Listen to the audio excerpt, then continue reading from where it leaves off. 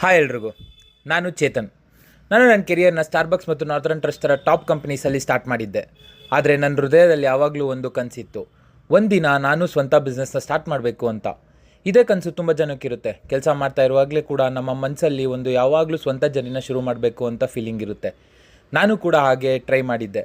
ಆದರೆ ಕೆಲಸ ಮತ್ತು ಬಿಸ್ನೆಸ್ನ ಎರಡೂ ಒಟ್ಟಿಗೆ ಮಾಡೋಕ್ಕೋಗಿ ನಾನು ಟೋಟಲ್ ಮಾಡ್ಕೊಂಡಿದ್ದು ಲಾಸೆ 5 ಲಕ್ಷ ರೂಪಾಯಿ. ಅದಾದಮೇಲೆ ನಾನು ಡಿಸೈಡ್ ಮಾಡಿದ್ದು ಒಂದೇ, ಈಗ ನನ್ನ ವಯಸ್ಸು 24. ಈಗ ನನ್ನ ನೆಗೆಟಿವ್ ಲೈಫ್ನ ಪಾಸಿಟಿವ್ ಸೈಡ್ ತೊಗೊಂಡೋಗೋದೇ ನಂದು ಮೇನ್ ಗುರಿ. ಮತ್ತು ಈ ಪೇಜ್ನ ಮೇನ್ ಕಂಟೆಂಟು ಅದೇ ಆಗಿರುತ್ತೆ. ಸೊ ಇದರಲ್ಲಿ ನಂದು 3 ವರ್ಷ ವೇಸ್ಟ್ ಆದರೂ ನನಗೆ ಬೇಜಾರಿಲ್ಲ. ನಿಮ್ಗೆ ಯಾರಿಗಾದರೂ ಈ ಕಂಟೆಂಟ್ ರಿಲೇಟಬಲ್ ಅನಿಸಿದ್ರೆ ಇವಾಗಲೇ ಪೇಜ್ನ ಫಾಲೋ ಮಾಡ್ಕೊಳ್ಳಿ. ಯಾಕಂದರೆ ಪೇಜ್ ಮಿಸ್ ಆದರೆ ಇನ್ನೊಂದ್ಸಲಿ ಸಿಗಲ್ಲ.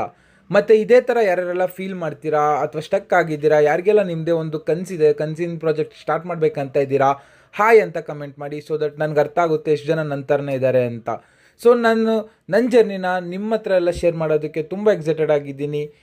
ಸಿಗೋಣ ಮುಂದಿನ ವಿಡಿಯೋದಲ್ಲಿ. ಬಾಯ್.